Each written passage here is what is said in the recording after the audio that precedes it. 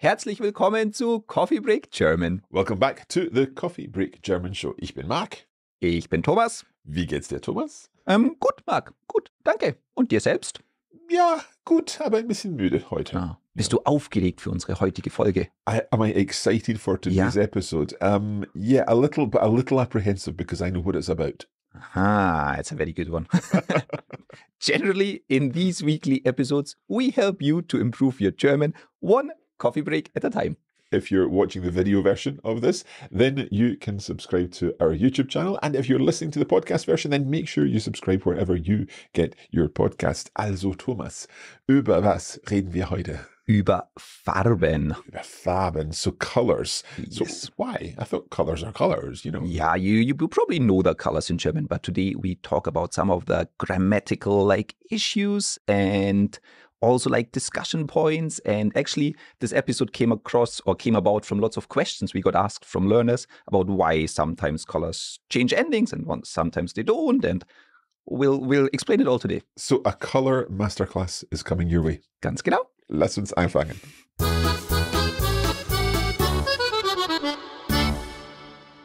Tell me about colors.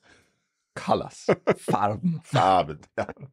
So generally, you know that I would say, standard colors like schwarz, rot, blau, if you use them as an adjective, they change depending on the case and the gender of the noun that follows. Yeah. So we've seen these adjective endings change with every time we've looked at adjectives, and therefore we should be familiar with these, even if a little reminder is always helpful. Genau. So for example, if you use it with a definite article, die blaue Wand, we add an I at the end of blau, die blaue Wand. So the blue wall. Genau. However, if we use it with an indefinite article, for example, ein blauer Hund, we add the ER because Hund is masculine. Yeah. So ein blauer Hund. Ein blauer Hund. A blue dog. Yes. I don't know why. I think I just stuck with the color blue. But we will always remember ein blauer Hund. Ein blauer Hund. Would be the same for brown. Ein brauner Hund. And even if they were both nominative, if we, for example, put something in the accusative, we could say, bitte mach den schwarzen Fleck weg. Yeah, so please make the black spot go away. Exactly, remove. Remove, yeah. Genau, so we have E's, ERs, ENs, depending on the gender and the case for our colors. And you said that those are the kind of normal colors, the common colors, for want of a better word. Genau. I use exotic for the colors we come now to. I didn't have a better word. Exotic if we have standard colors. Normal colors, then even so they're not really exotic. It's a little bit different with them. And there's a bit of a debate, and there's also a difference about grammatically correct written German and spoken colloquial German. So what are these exotic colors? For example, purple. I always think purple is very exotic, yeah. Do you know purple in German? Lila. Ganz genau. So here, quite often, these ones don't change. So we don't add and change the endings. Yeah. To give you an example sentence, we would say in spoken German, ich liebe diesen lila Schal.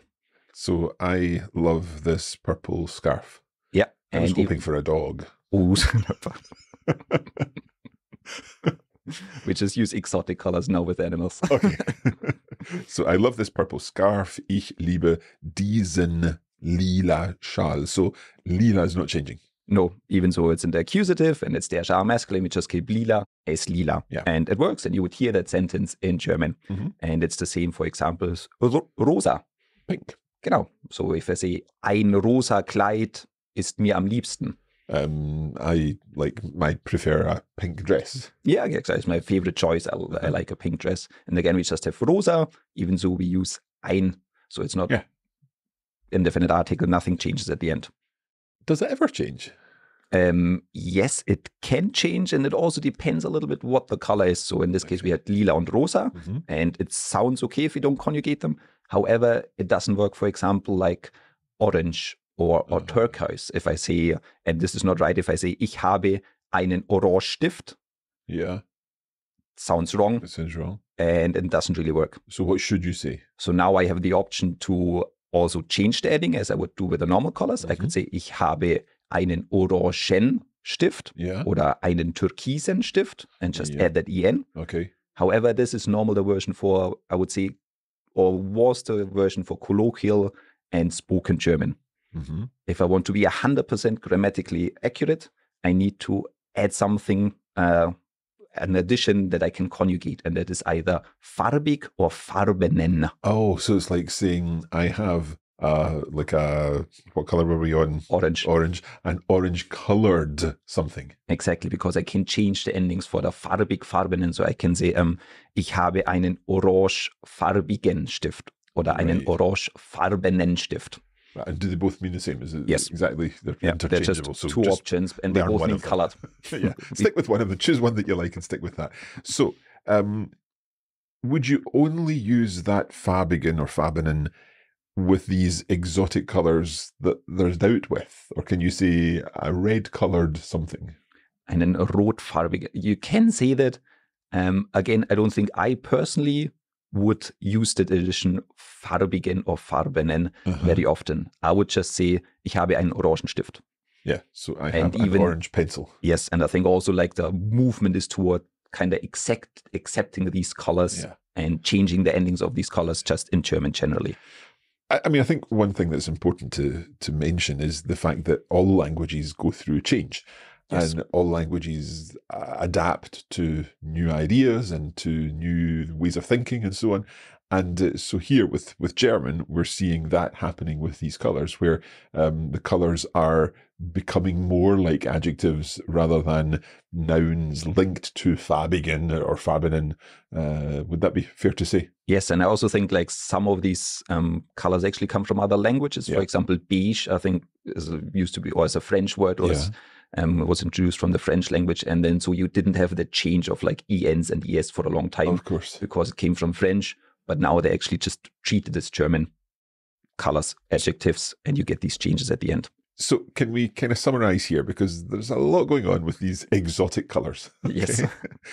So as far as I've understood, with lila and rosa, we don't need to change the adjective endings there of the colors. Is that correct? Yes, we don't need to, but we can. But we can. So I would actually generally, as a kind of like just general guideline, would suggest now that you can just like change endings for most colors. Even so, like historically, it wasn't really done. Yeah. But now you can say schwarzen Schal, lilanen Schal, orangen Schal. Yeah. So, and there's still maybe some old German grammar teachers who would say, oh, it should be orange-farbigen Schal. Okay. But for spoken German, for everyday German, I would just like change the endings. Doesn't matter what color you use. And again, most important point here is that people will understand what color your scarf or your dog is. Ganz genau. Okay. There's one more thing, just because we talked about that farbig and farbenen. It is a really good word because there's lots of colors that you derive from nouns and objects. Yeah. And you can use that farbenen to express it. So you can say, for example, einen lachsfarbenen Pulli. So lachs as in salmon? Yes. So like a salmon-colored jumper, or like a salmon-pink jumper. Okay. I was confused here if it exists in English as well. Like lots of things lots of things in German are described as like Lachsfarben, like that kind of pinkish colors. Yeah. Okay. Yeah. That works. Another one would be, for example, that you hear about this like Rostfarben, like rust-colored. Yeah. Okay. Like a kind of rusty brown. Brown. Yeah. Genau. Yeah. Okay, good. So you can remember that Farbenen for like describing all kinds of other things. So like if you were talking about gold colored or silver colored, would that be silberfarbenen oder farbigen? Yeah. Yeah. Genau. Oder goldfarbenen. Goldfarbenen. Yeah. Genau. Okay.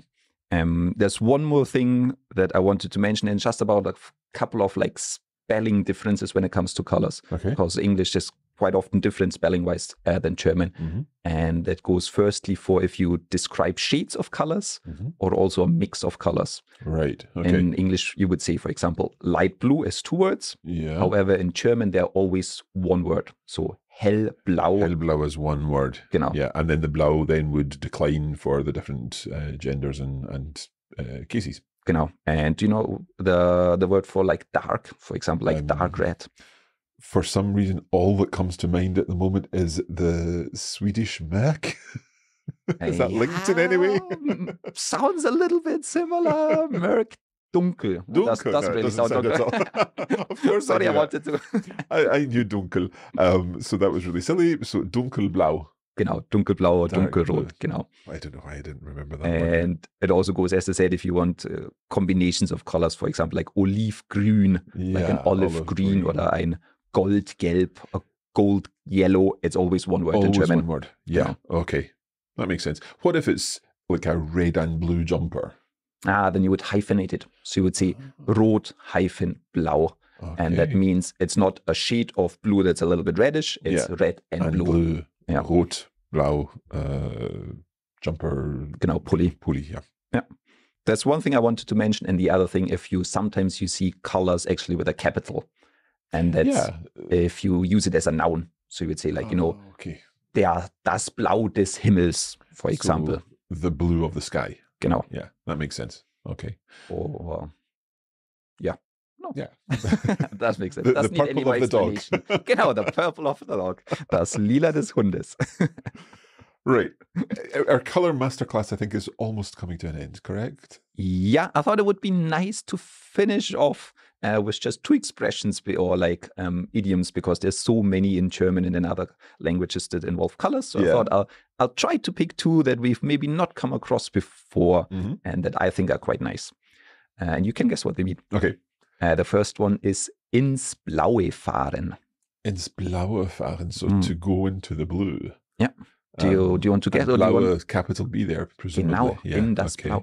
Do you need an example sentence? Yeah, perhaps, yeah. Okay. Wir haben noch keinen genauen Plan. Wir fahren einfach ins Blaue. Ooh, so you've not really got a fixed plan. You're just freewheeling. You're sailing off into the blue. Ganz genau, you're sailing off into the you go into the unknown. You not have concrete plans. You're just like, you're going with the flow. Going with the flow. I like it. Fahren ins Blaue. Nice. Okay.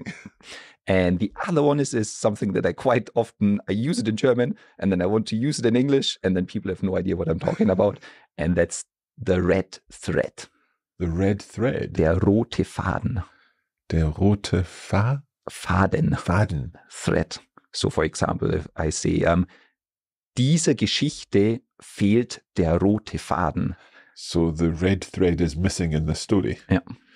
So is it like a hook or something, or a cliffhanger, or? No, it's a theme or topic. It's something like that weaves through the whole story.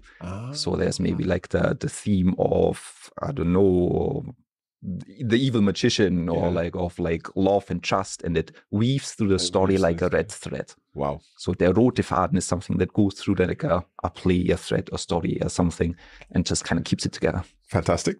So two nice idiomatic expressions. We've also talked about how colours do sometimes have declined versions, or they've got different versions with different genders and cases.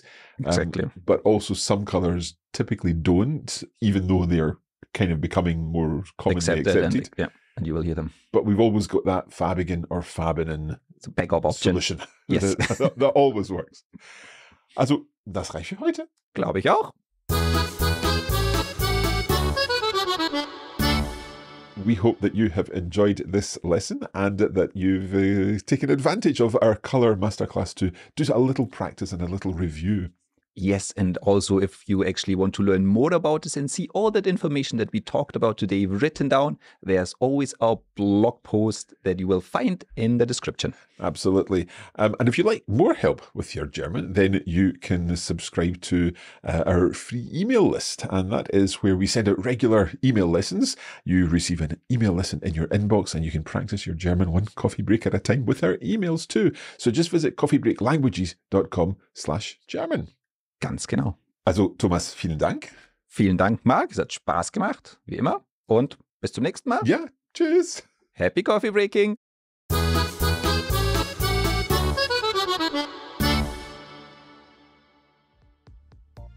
You have been listening to a Coffee Break Languages production for the Radiolingua Network. Copyright 2024 Radiolingua Limited. Recording copyright 2024 Radiolingua Limited. All rights reserved.